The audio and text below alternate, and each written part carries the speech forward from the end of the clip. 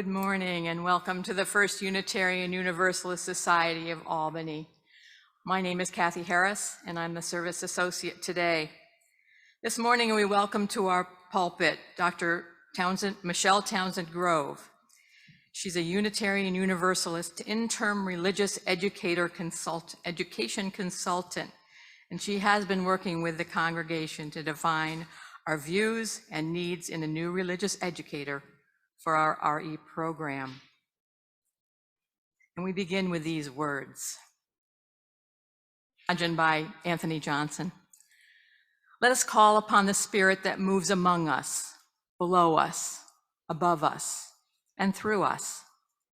Let us call upon those who have gone before us, who have shown us the way, who have been with us as guides and examples.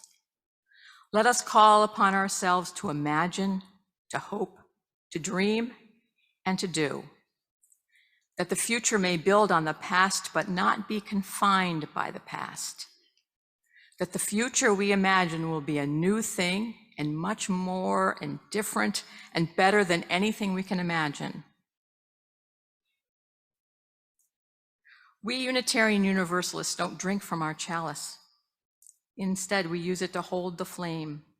The circle of the chalice helps keep the fire small. The flame doesn't blind us. The circle of the chalice it doesn't burn us. It gives us light so we can see all the different things in the universe, even the invisible ones, because Unitarian Universalist flame is a light of learning. The flaming chalice is a symbol of learning and of love. It is our symbol, the symbol of Unitarian Universalism.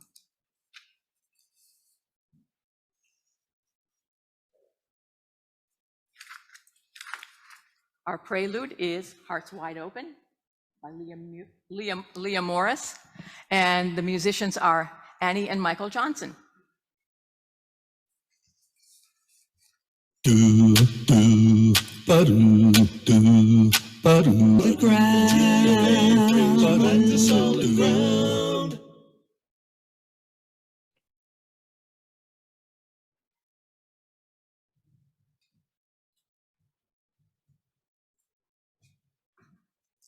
Please join in the chalice lighting words as shown on the screen.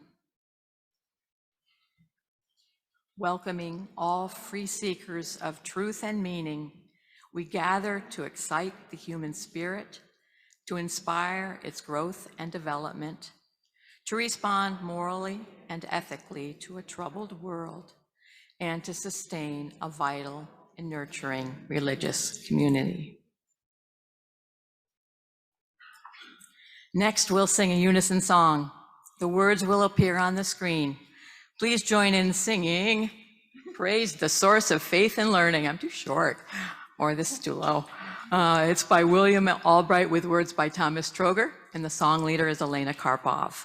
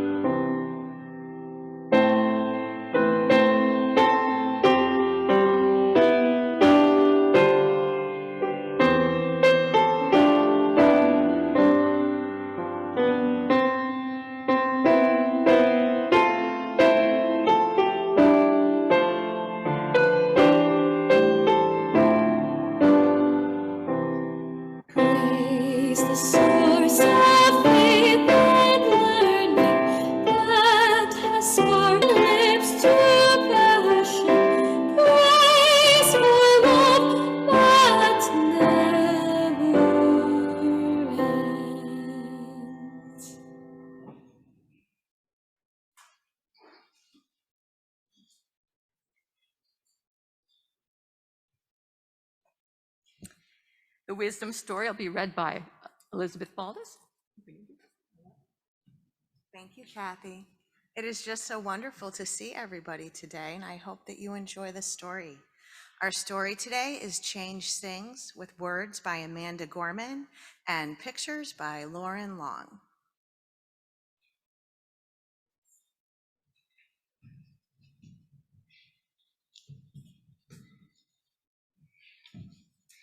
We welcome our viewers from Facebook who will be joining us now for our service.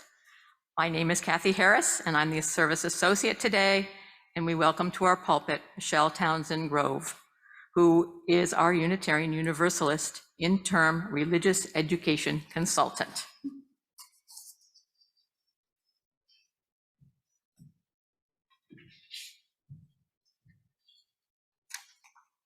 Good morning. It is so good to be here. This morning when I walked in, I asked the greeters at the front if this is where all the cool people hung out. They enthusiastically said yes, correct? And now I see that they are right. I see the cool people here, and I want you to know that it's not just the cool people within the room, it's also the cool people who are joining us live stream.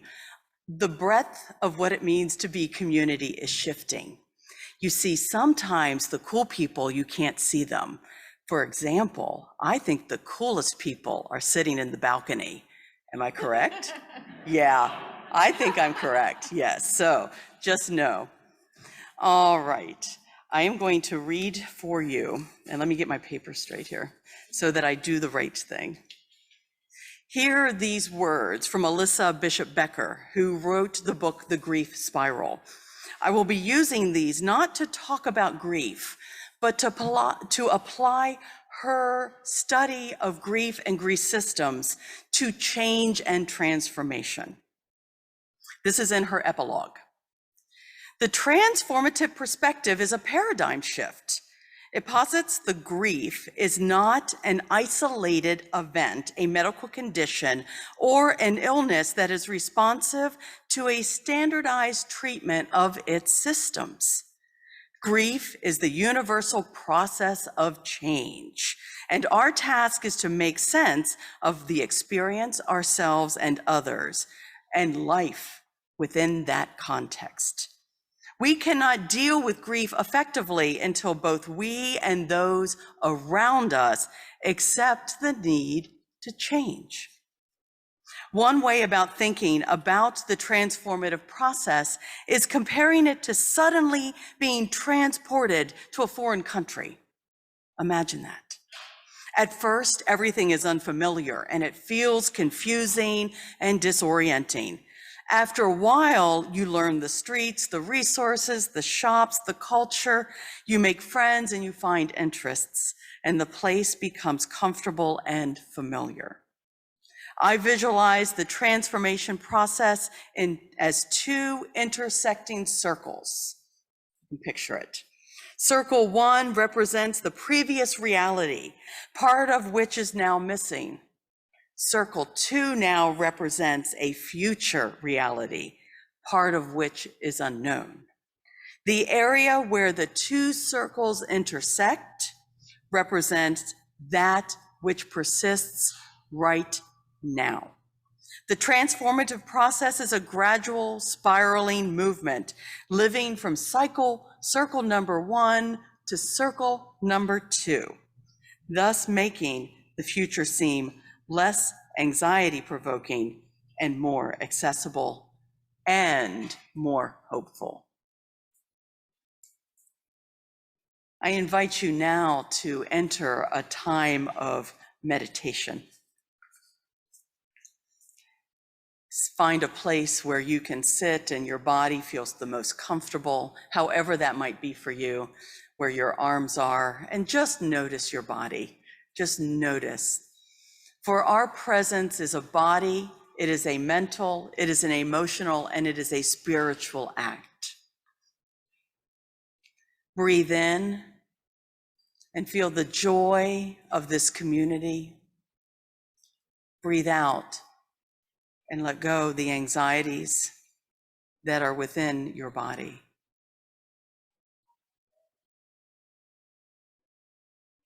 Through our meditation today, we imagine circles. Circle one is the circle that we have always known, that world which we remember as familiar, both long ago and nearby. Circle 2 is that unknown. What is to come? Our world is changing.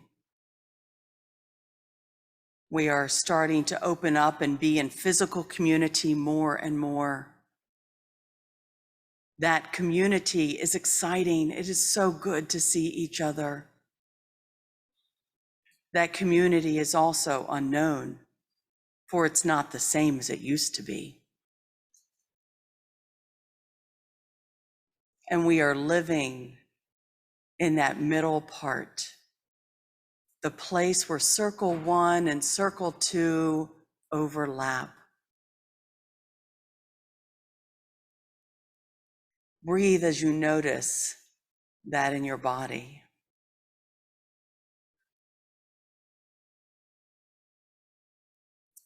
Breathe as you are mindful of the emotions that arise.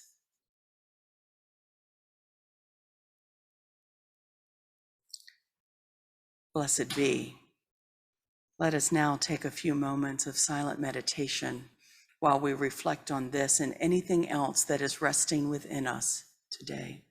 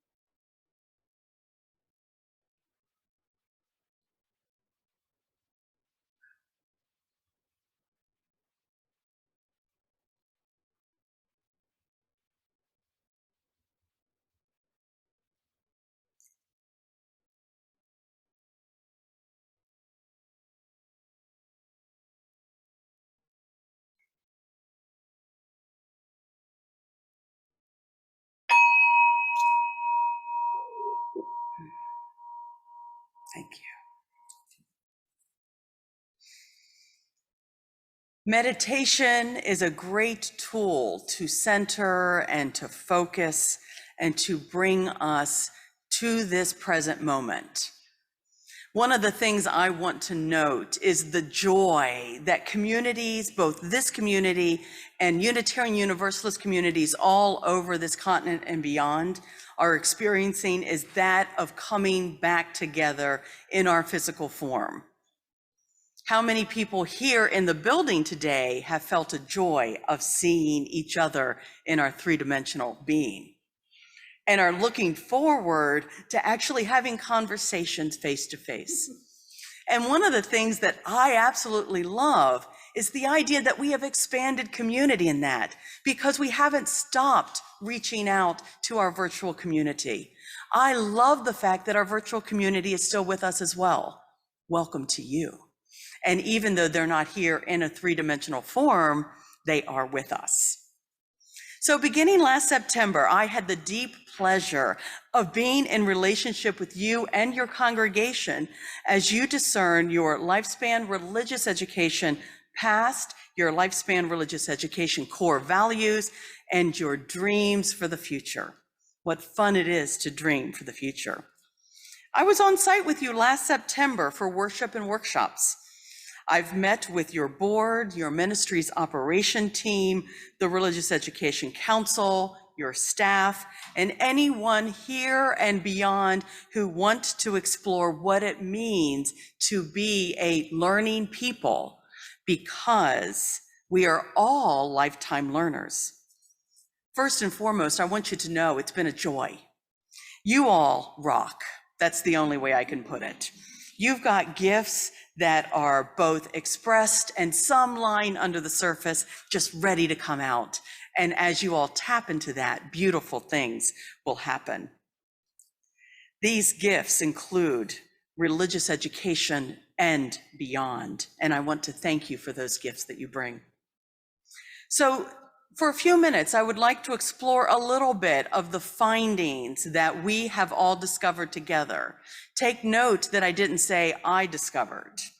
We are discovering together what it means to be a learning people here in Albany, New York. My hope is to provide you a summary of some of the observations. Some of those will be mine, but most of them come from you. There is no doubt that this congregation holds learning as a core value. So, in this, I provide recommendations that you can either take or leave, and stories. I will also do something similar near the end that I did with my reading. I will use an application in one field and apply it to the field of Unitarian Universalism and learning. And the reason that I am doing that is because I believe that looking outside of what is normally thought of as congregations or Unitarian Universalist religious education is what we are called to do. And finding other applications and using those to be creative will be a part of our work. A good example of this was what I just read from Alyssa Bishop Becker's book, The Grief Spiral, First Day with the New Lips, so you'll have to pardon me. I adore Bishop Becker's work, and I find it helpful in understanding what it means to grieve. But today, I understand that the complexities of grief can easily be used to also understand the complexities of transition.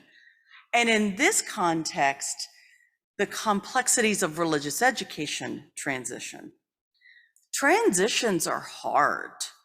That is why Unitarian Universalists utilize the gifts of interim ministers, interim religious educators, interim music directors, and the like.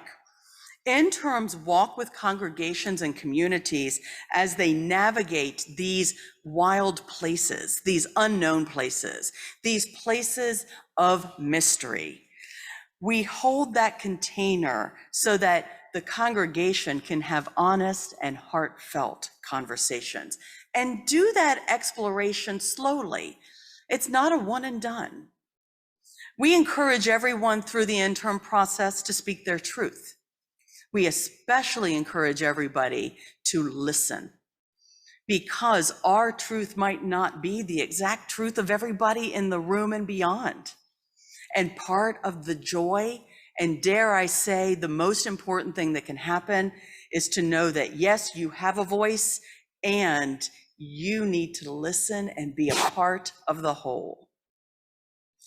When all of those voices come together, and you are in relationship with them and you find the creative ways to bring them into creative ministry around your mission and vision, that's where the magic is. I invite you into that magic space. So Bishop Becker affirms Elizabeth Kubler-Ross's 5 stages of grief. Many of you have probably heard them before and have known them as a line. You go through these 5 stages of grief. From her own experience, she has discovered that grief is not linear. It's not even circular. She describes it as a spiral that kind of keeps weaving in on itself and connects with itself in a spider web-like way. My friend, that might sound familiar from your own experience, and I ask you to recall on your own. whether it's a grief or a transition, where are those places that you have discovered that transition is not linear? It is something that goes in all kinds of directions. And today we're here to affirm that that's exactly what it's about. The process that I have been doing with you all is not one that goes, okay, we've done this, check. We've done this, check. We've done this, check. It is one that is organic enough to give you space to open up and go, okay, as I go through this, I learn and I experience. And as I learn and I experience, I want to listen to what other people are learning and experiencing. Now, we have new ingredients for our soup. What soup are we going to cook together? So we started this journey of discernment, looking at this congregation's religious education history. 18 people in the month of September, over 3 sessions, told lifespan religious education stories that came from as early as 1959 to present day. These stories told us about beloved professionals and religious education successes and challenges. These stories were funny, they were endearing, and sometimes uncomfortable. We laughed together, we smiled at the memories, and we sometimes disagreed with how a memory was remembered. These stories are told about a community that sees learning as a cornerstone of who you are. Themes centered on intergenerational relationships, peer group relationships, and a commitment to Unitarian Universalism and a desire to make the world a better place. Then in October, 27 people gathered over 4 different sessions to discern this congregation's identity. What are your core values around learning? Who are we now? What do we want to be in the future is embedded in that, but we tried to stay in the present. And how does this strange and daunting thing called a pandemic define us today? Some of these voices were clear. I want to especially raise the voice of the youth, who were very clear in saying, we hope for better connections with the congregation. We hope for space to learn in the way that we know how to learn, because we've got this. And we want to be a part of worship. Did you hear that? There are other clear messages about this congregation's core values. 1, children, youth, family, all generations are a part. Professional leadership in this area is integral. The religious education work to adopt the 8th principle as a guiding force is central. Anti-racism, anti-oppression, and multicultural work is embedded in all we do. Now, the shadow of this identity work is the pandemic. Each gathering, we layered those mysterious questions of who are we now as we are kind of fractured, in a different space. We are overwhelmed at times, we are often confused. And sometimes we find these beautiful gifts in the midst of this pandemic and we treasure them. Then in November, we gathered to dream about the religious education future. There is no doubt that lifespan religious education plays a role in the dreams and the future of this full congregation. And professional leadership is yearned for along the way. The people who dreamed about the future looked at the possibilities through the lens of the pandemic and beyond. We've learned a great deal. And some things do need to change. Maybe a lot needs to change. We need to do religious education differently. But what does that look like? This congregation is unsure, but committed to working together to find a new creative path. Your history and your core values will lead the way. And in whatever way, one message was abundantly clear. The 8th principle, anti-racism, anti-oppression, and multicultural work is central to the path forward. I see these messages in circles and spirals. This is not just a linear work. You all are invited into this. But there is one straight line I would like to introduce to you. The baton, straight line, and a symbol of collaboration. I would like to hand this to Elizabeth, who has some words. Thank you. Excuse me.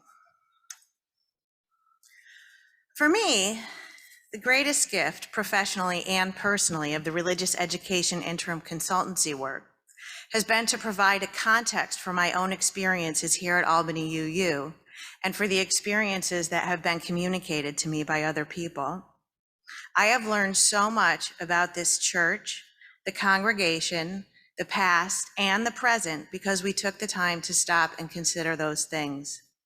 It has been an incredible learning experience for me, and I suspect for others who participated in the process as well. My involvement with Albany UU dates back to 2011, which is more than 10 years ago, and I know this for sure because I looked it up in ChurchDB, which is our record-keeping system. I did this because it felt impossible that so much time had passed, and because my own memories are a little fuzzy. I came here with 2 very delightful and very wonderful young children who were also very distracting. But while I don't remember the exact details of our timing, I do remember how welcome the RE community made us feel and how we looked forward to being here as often as we were able to come. In my time here, I have been a visitor, a volunteer, a religious education council member, a parent, and since August 2018, a staff member. I've experienced a variety of things, many wonderful, some challenging, and I've experienced them from a variety of perspectives. It is this plurality of perspectives that I try to keep in mind as I do my work here. In simpler terms, I try to remember everyone. Viewing what we do or might do as a parent, as a participant, as a facilitator, as a longtime supporter, and as a tentative or curious newcomer helps me to support the people currently in those roles. One of the things I am so grateful for in the consulting process is a greater awareness of how different an experience can be, depending on what one's situation and hopes for that experience are. Another thing I am grateful for in this consulting process has been the validation of how important and vital our work here and our Unitarian Universalist principles are. In the face of a troubled world that is not fair or kind to so many, it is so important that people who are made vulnerable for things that are inherently worthy, dignified, and beautiful have a safe and supportive community where we can all respond to each other as well as respond to the problems we are facing as individuals and as a society. Hearing people describe how meaningful and valuable this is to them has been a deeply rewarding and motivating experience. I offer my thanks to Michele, who has been a wonderful facilitator of this work for us, the congregation and its leadership for their support of this process, everyone who participated for their time and effort, our religious education staff of Paula Brewer and Adrienne Cattell, our office staff of Paula and Tammy who provided support, Reverend Sam, who was a leader and a participant up until his sabbatical, and he'll be back to help with the rest.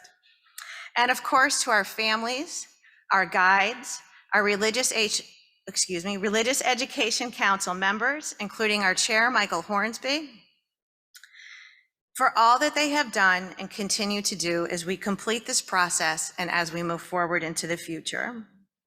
As we do that and implement what we have learned, I hope that we use our knowledge to make sure that, as last week's story said, there is room for everybody under our umbrella. And as this week's story said, we can hear change humming in its loudest, proudest song. And instead of fearing that change, we can all hum along. Thank you. Thank you. Thank you for that. So in this room, first of all, let me see. Raise your hand if you are on the Religious Education Council. All right, to those who can't see, there's about 4 or 5 hands up, which is awesome. Raise your hand if you have participated as a guide or leader, either now or in the past, with religious education. Lots more hands have gone up for those. Raise your hand if you have ever participated in a learning event at this congregation. Yes, look, look, almost, oh, I bet every hand almost, just about almost. Raise your hand if you've ever learned something here. Yes. All right, my work here is done, thank you. So, this is my way of saying, I affirm Elizabeth's praise for the people in this process, because learning is a core value. And it's one of those things that both helps you all to reflect in and work out of your Unitarian Universalism. So the shift of what it means to be a congregation already in motion. My friends, the decline of attendance in both religious education and congregations, not just this faith, but in many, had been happening for 20 years, maybe more, prior to the pandemic. In all denominations, they have been feeling it, but it had been slow. And one of the mistakes that I believe, and I've been a religious educator since 1988, so I'm a part of this. One of the mistakes I believe we have been making is trying to fix it instead of stepping back and saying, what's going on? What is the people around us trying to tell us? Carrie Newolf, a Christian theologian and minister, writes extensively on this subject and believes that the pandemic sped up that disengagement. So think about it. The disengagement is a train, and it started in New York City, and it's puttering around the United States, and slowly people are dropping away. And then all of a sudden we get to St. Louis, which is the start of the pandemic, and that train took off, and all of a sudden we found ourselves in Washington State, and we're going, how did we end up here? The pandemic sped up something that was already in motion. Noroff says, the fact that people may not be coming back to congregations is not medical, it is cultural. He also tells us that the goal of the future church is not increased attendance, it's increased engagement. How you welcome and relate to people who are already here will have a ripple effect on those who come for the future. Your work is not with those who are not here yet, even though you should always have them in mind. Your work is with those who are. The ripple effect of that will help you to be ready, to help you to widen your circle of welcome so that when people do come, you are ready. Reverend Emily Manville-Late, who I work with at the Bloomington UU congregation in Indiana, says, don't be a donut closed off, be a croissant. Isn't that a great image? I just learned that 2 weeks ago. I'm so thrilled. So, do you remember the youth who I spoke about earlier? How are you going to shift how you do worship, how you do religious education, how you are a community for them?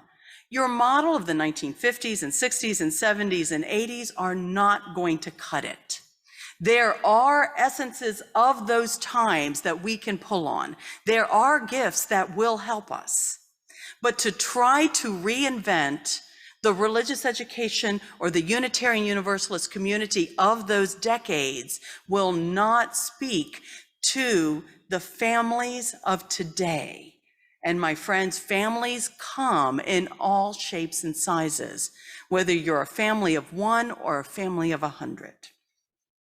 So that's the kind of thing I invite you now to go forward with, using the models that some of those who are Unitarian Universalists are inventing and those from outside. So I am going to end with a story to help you illustrate that. So Bruce Perry and Oprah Winfrey wrote the book, What Happened to You, which is an excellent book. I highly recommend it, Understanding Trauma. As I was reading this book, I started to do some adaptive work where I took what they were teaching and going, what do they have to tell us about how we do religious education? So here's a story that I found fascinating. Bruce Perry was one of the psychologists on a team that cared for the children who were hostages, but then not hostages, of the Waco, Texas Branch Davidian trauma back in 1993. He and a team cared for these children not by having 1-hour sessions of therapy a day, but by interacting with them, by building relationships, getting to know their names, and letting them drive the bus. In other words, when someone who was a child said something, they were there to listen and to respond. Then at the end of the day, this team of psychologists got together and they did notes and they would name someone. Okay, here's one of our children, and everybody would go through the list of how many times they interacted, what were those interactions, what were the questions that the children were raising, et cetera, right? And at the end of it, they discovered that every child was getting the equivalent of 2 hours of therapy a day on their own terms. How do we do that? How do we translate that out of a trauma situation into a congregation? How do we translate that into religious education? I'm not saying the classroom should go away. There's beauty in the classroom. I'm saying that in addition, I am hoping that you all will think outside the box and think of all of those moments and make them learning experiences as best as possible. I am also saying that this is not just adults creating for children and youth. This is all generations and all people creating together. So, my friends, as you all think about the journey that you have been on as a learning people, go forth knowing that freedom is an amazing part of this. You've got a world of opportunity to recreate, to take the gifts of the past, to take your core values and to make them wonderful. The one thing that I ask is that you remember the voice of all the generations, and that you hear the voice of the 8th principle that is calling us to be a beloved community. We're not there yet. We are aspiring to be a beloved community where all feel welcome. Are you ready to make those shifts? Are you ready to play? Because this is a playful time. And are you ready to love each other into this moment?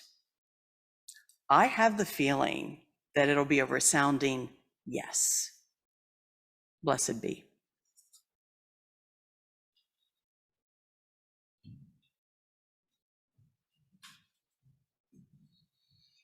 Thank you for those words, Michele. Very nice. An important way we celebrate life each Sunday is by offering an opportunity to practice generosity. Members and friends support our congregation with an annual pledge paid throughout the year. Another way to support the good work of this congregation is by making a generous contribution as we pass the plate, or via one of the options shown on this next slide. If you are joining us virtually, you may click on the tiny URL link in the chat window to contribute, or you may send a text to the number shown on the screen. The examples on the slide show how to label your text to indicate the amount and the purpose or intent of your gift. We must now say goodbye to our Facebook friends. Consider joining us on Zoom next time or visit us at 405 Washington Avenue, Albany. You can find more information at albanyuu.org.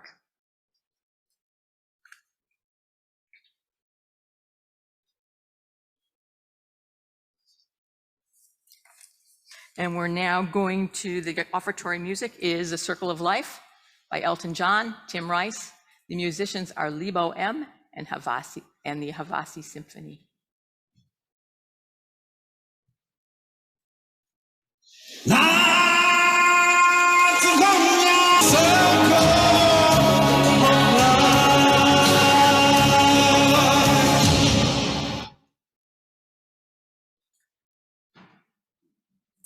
Thank you for picking that. It's so wonderful. This is the time set aside in our service for sharing significant personal milestones in our lives. There are several ways to share a joy or sorrow. For those on Zoom, the first option is to type your joy or sorrow in the chat window. Please put the words "read aloud" at the beginning of your message if you would like us to do that. You may also consider connecting privately in the chat with a pastoral care associate. Sharon Babela is online today, and Donna Meixner is here. Donna's right back there.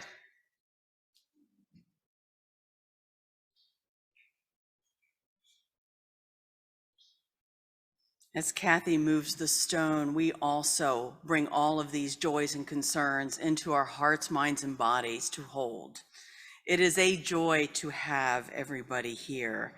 Let us pray a prayer of affirmation.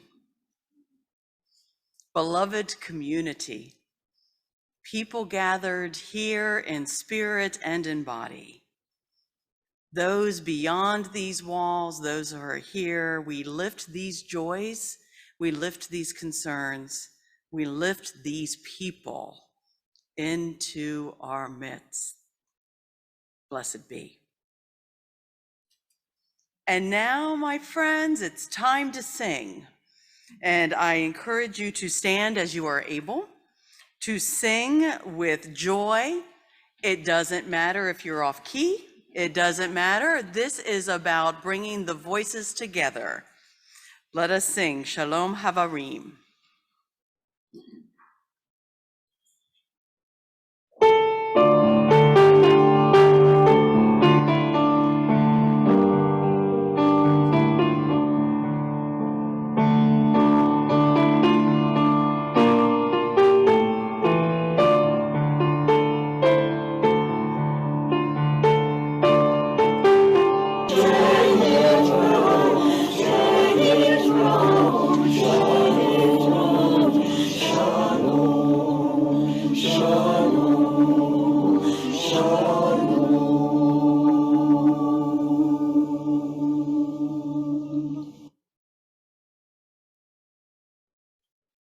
You may be seated.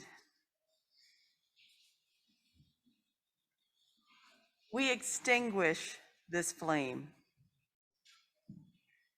We extinguish this flame, but not the truth, the warmth of community, or the fire of commitment. These we carry in our hearts until we gathered again. Before I do the benediction, I want to lift up that one of the things that we kind of sometimes grasp onto in our white supremacist culture is perfection. We need to let go of that.